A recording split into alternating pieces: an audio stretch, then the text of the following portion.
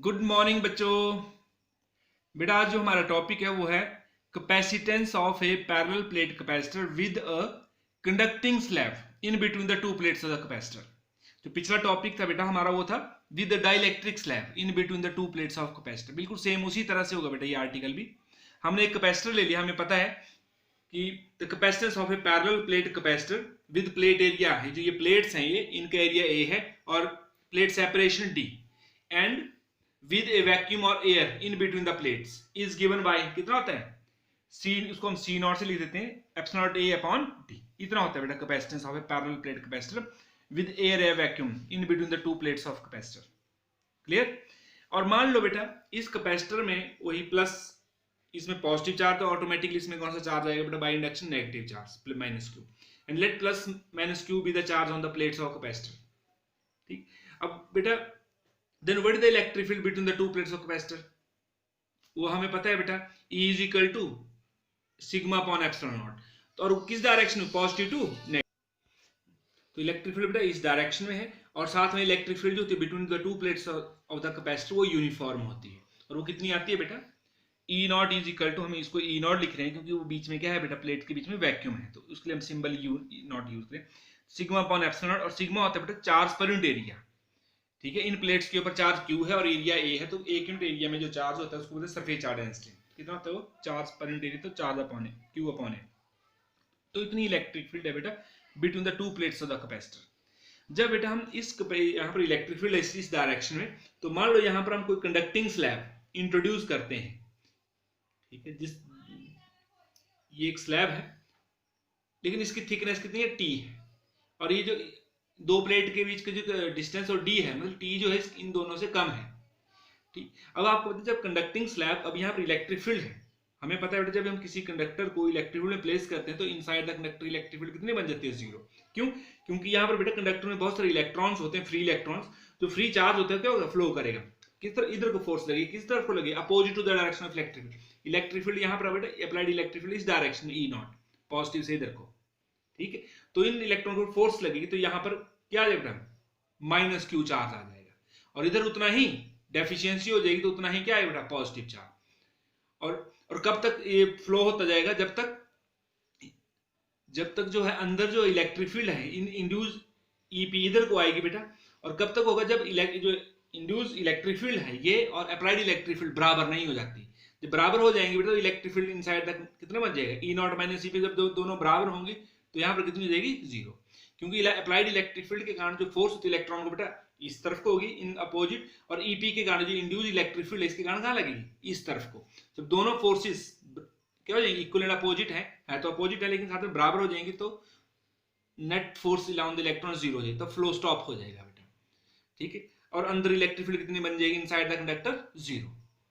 Clear. तो ये था बेटा when A conducting slab of thickness T less than D is introduced between the plates the free charges on the conductor in the conductor flow। free charge क्या है बेटा, conductor में electrons flow करते हैं। और जो कब तक, और the charges plus minus q appears on the faces of the slab। In faces के ऊपर इसको माइनस क्यू और इधर प्लस क्यू, उतना ही चार्ज जितना इन प्लेट्स के ऊपर उतना ही चार्ज आता है बेटा कंडक्टर के ऊपर भी अपीयर हो जाएगा बेटा, और reducing the electric field inside the conductor to zero. Clear हो गया, and reducing the electric field in the interior of the conductor to zero.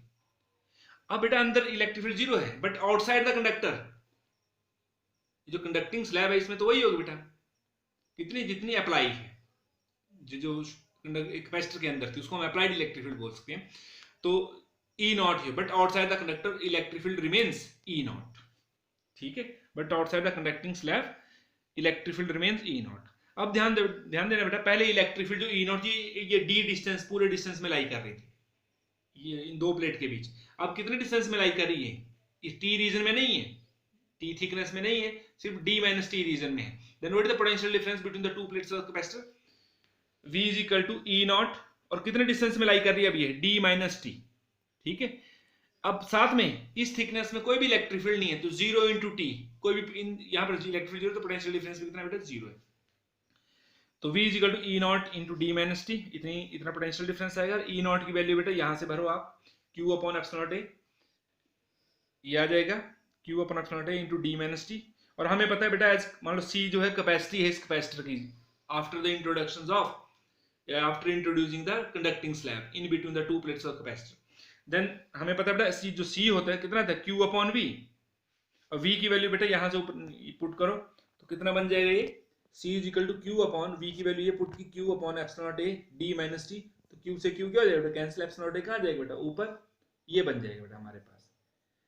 ठीक है, इतनी इलेक्ट्रिक फील्ड आएगी जब हमने कंडक्टिंग स्लैब इंट्रोड्यूस। अब हमें पता है बेटा देखो C नॉट कितना था जब कोई भी कंडक्टिंग स्लैब इंट्रोड्यूस नहीं की थी, epsilon naught A upon D। देखो एप्सिलॉन नॉट A, यहाँ पर भी एप्सिलॉन नॉट A, ये दोनों ऊपर मतलब न्यूमरेटर में क्या है, दोनों बराबर है। तो डिनोमिनेटर में देखो बेटा यहाँ D माइनस टी और यहाँ पर D है, तो ये बड़ा है और ये छोटा है, तो जब ये स्मॉल हो गया नेचुरली क्या होगा, C क्या होगा, इससे बड़ा हो जाएगा। क्लियर, तो C is clearly C is greater than C naught. तो therefore on introduction of conducting slab in between the two plates of capacitor, capacitance या capacity of the capacitor increases। Dielectric डालने पर जब स्लैब डालते तब increase करती है, conducting slab डालते तब भी जो कैपेसिटी है कंडक्टर की वो क्या करती है बेटा, इंक्रीज करती है। अब ध्यान दो, अगर ये जो ये T, अभी हमने T थिकनेस थी, अगर इस पूरे यहाँ पूरे रीजन को हमने जो T है, अगर इस जो सॉरी ये जो कंडक्टिंग स्लैब है इसकी थिकनेस किसके बराबर आ गई, D के, पूरी इसको मीडियम को एनक्लोज कर रही है। ठीक है, इस पूरे मीडियम में अगर कंडक्टर ही डाल दिया तो अगर जो थिकनेस है इसकी वो D के बराबर है, then what will the capacity, T equal D, जब T यहाँ पर D minus D zero, something upon zero infinite, तो ठीक है, तो ये इनफाइनाइट, तो capacity of the capacitor becomes infinite.